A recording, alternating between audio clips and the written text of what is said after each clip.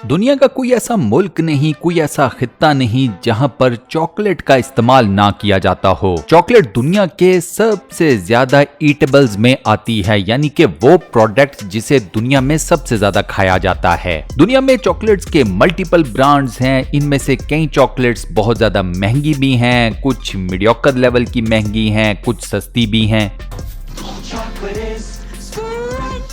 मजे की बात यह है कि पूरी दुनिया में बिकने वाली चॉकलेट, ये जिस पौधे से बनाई जाती है, वो पौधा पूरी दुनिया में हर जगह पर नहीं उगाया जाता या उग ही नहीं सकता। चॉकलेट कोका नाम के पौधे से बनती है या उससे एक्सट्रैक्ट की जाती है, और एक पूरा मैकेनिज्म होता है कैसे एक पौधे से चॉकलेट वो सॉलिड फॉर्म एक्वायर करती है, वो मिठास एक्वायर करती है, जो कि मैं और आप टेस्ट करते हैं। आज की स्पेशल वीडियो में मैं आपको बताऊंगा कि पूरी दुनिया में चॉकलेट किस तरीके से तैयार की जाती है, कोका का पौधा कहां पर ग्रो करता है, इसकी निगहदाश्त कैसे की जाती है, इस पौधे में से ऐसा कौन सा एलिमेंट निकलता है जिसे फैक्ट्रीज में लेकर आया जाता है, एक प्रोसेस के थ्रू गुजारा जाता है, और उसके बाद एंड रिजल्ट हमारे पास चॉकलेट की सूरत में आता है। वीडियो बेहद मजेदार होने वाली है दोस्तों। इस वीडियो का फुल मजा उठाने के लिए इस वीडियो को शुरू से लेकर आखिर तक कंप्लीट जरूर देखिएगा। आप लोगों से वीडियो में आगे बढ़ने से पहले एक छोटी सी रिक्वेस्ट कि एक तो वीडियो के ऊपर लाइक के बटन को प्रेस कर दें, और अगर आपने अभी तक हमारे इस चैनल को सब्सक्राइब नहीं किया हुआ तो बराए मेहरबानी चैनल को सब्सक्राइब जरूर कर लें और साथ बने हुए बेल के आइकन को लाजमन प्रेस कर दीजिएगा।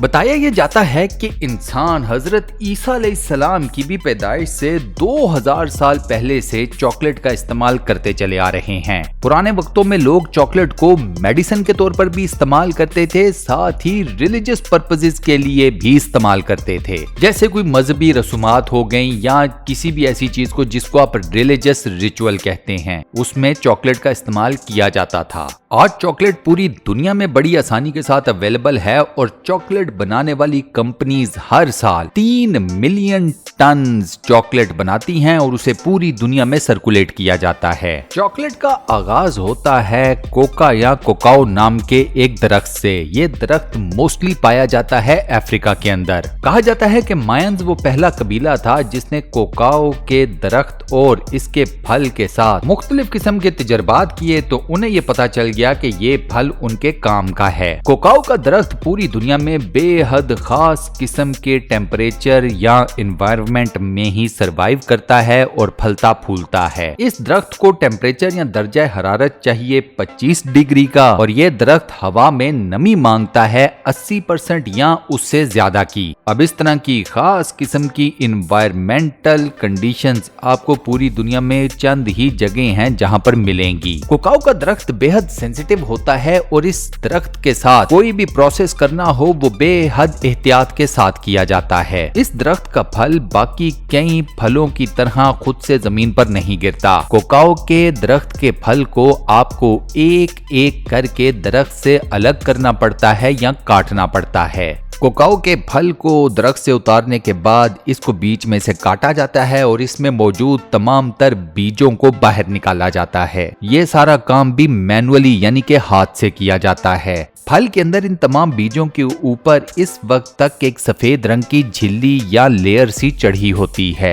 इन तमाम बीजों को फल से निकालने के बाद केले के पत्तों में लपेटकर 3 से 9 दिन के लिए रख दिया जाता है। 3 से 9 दिनों का ये प्रोसेस बेहद जरूरी है। इससे एक तो बीजों के ऊपर जो सफेद रंग की झिल्ली या मेम्ब्रेन होती है वो मुकम्मल तौर पर गायब हो जाती है। एक खास किस्म की जो बीजों से स्मेल आ रही होती है वो मुकम्मल तौर पर गायब हो जाती है। साथ ही इन बीजों का वो टिपिकल ब्राउन कलर भी खिलकर हमारे सामने आ जाता है, जिसको हम चॉकलेट में देखते भी हैं। इसके अलावा इस प्रोसेस की वजह से बीजों के ऊपर किसी भी किस्म का कोई बैक्टीरिया मौजूद हो तो वो ऑटोमेटिकली मर जाता है। उसके बाद इन तमाम बीजों को अच्छे तरीके से धूप लगवाई जाती है। धूप लगने से बीजों के ऊपर किसी भी किस्म का फंगस, किसी दूसरी किस्म का बैक्टीरिया या मोल्ड लगने के तमाम खतरात दूर हो जाते हैं। इसके बाद इन तमाम बीन्स को मुख्तलिफ साइज की बोरियों में पैक किया जाता है और पूरी दुनिया में मौजूद चॉकलेट फैक्ट्रीज की तरफ रवाना कर दिया जाता है। ये बीन्स जब किसी भी चॉकलेट फैक्ट्री के अंदर पहुंचते हैं तो सबसे पहले इनकी क्वालिटी को चेक किया जाता है। बीन्स की क्वालिटी को चेक करने के लिए पूरे डिपार्टमेंट्स बने हुए हैं। इन बीन्स की क्वालिटी चेकिंग के बाद इनको स्पेशल तरीके से रोस्ट किया जाता है। रोस्ट करने का ये प्रोसेस आग के इस्तेमाल के बगैर किया जाता है। तमाम के तमाम बीन्स को गर्म हवा के जरिए रोस्ट किया जाता है। रोस्टिंग के इस प्रोसेस की वजह से बीन्स के अंदर मौजूद मॉइस्चर वो 7% से कम होकर सिर्फ 1% रह जाता है। और दूसरा रोस्टिंग का फायदा ये होता है कि इन बीजों के बीच में मौजूद 300 के करीब डिफरेंट किस्म के केमिकल्स रोस्टिंग के प्रोसेस के दौरान अपनी मौत आप मर जाते हैं। इसके बाद इन तमाम बीन्स के ऊपर एक दूसरा प्रोसेस स्टार्ट किया जाता है जिसका नाम है निब। इस प्रोसेस में एक वाइब्रेटिंग मशीन के अंदर इन तमाम बीजों को डाला जाता है। बीजों को इस जोर से वाइब्रेट किया जाता है कि बीज और इसके ऊपर मौजूद इसकी खाल या खोल वो दोनों अलग हो जाते हैं। इस खाल को फिर बड़ी मिकदार में जमा किया जाता है और इस प्रोसेस के बाद इस खाल से एक खास किस्म का मिक्सचर तैयार किया जाता है।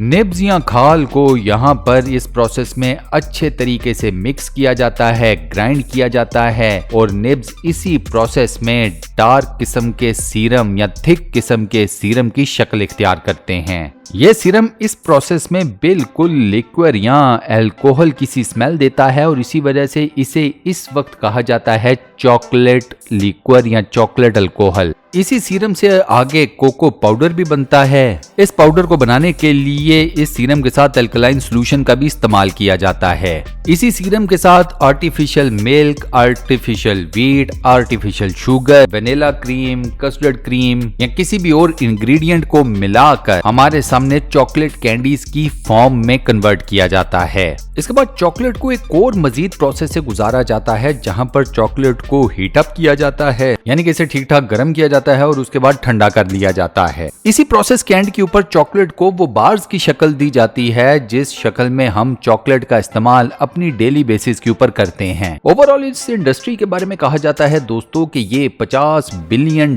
पर ईयर की इंडस्ट्री है। डेफिनेटली ये कोई छोटा मोटा सेटअप है नहीं, ये बहुत बड़ा सेटअप है क्योंकि मैंने जैसे आपको बताया कि चॉकलेट पूरी दुनिया में इस्तेमाल की जाती है। तो ऑब्वियस सी बात है कि जिस चीज की बहुत ज्यादा डिमांड हो तो उसकी सप्लाई भी मैसिव लेवल के ऊपर की जाती है। तो आज के बाद दोस्तों आप कैडबरी चॉकलेट खा रहे हैं, यानी कि कैडबरी डेयरी मिल्क खा रहे हैं, बाउंटी खा रहे हैं, मार्स खा रहे हैं, ट्विक्स खा रहे हैं या कोई भी और चॉकलेट खा रहे हैं, आप जहन में रखिएगा कि आपकी ये चॉकलेट किस तरीके से बनी है और किन किन प्रोसेसेस के थ्रू होती हुई आपके मुंह में अपना सुपर्ब किस्म का टेस्ट दे रही है। और इसी अमेजिंग फैक्ट के साथ हम अपनी आज की इस वीडियो को यहाँ पर करते हैं दी एंड। दोस्तों आज की ये वीडियो आपको कैसी लगी, वॉइस ओवर कैसा लगा, मुझे अपना फीडबैक नीचे कमेंट सेक्शन में जरूर बताइएगा। वीडियो को बंद करने से पहले आप लोगों से एक छोटी सी रिक्वेस्ट और वो ये कि अगर आपने अभी तक हमारे इस चैनल को सब्सक्राइब नहीं किया हुआ तो बराए मेहरबानी चैनल को सब्सक्राइब जरूर करने और साथ बने हुए बेल के आइकन को लाजमन प्रेस कर दीजिएगा। बाकी अपना बहुत ख्याल रखिएगा। इंशाल्लाह अगली किसी बेहतरीन वीडियो में आप लोगों से मुलाकात होगी। अल्लाह हाफिज।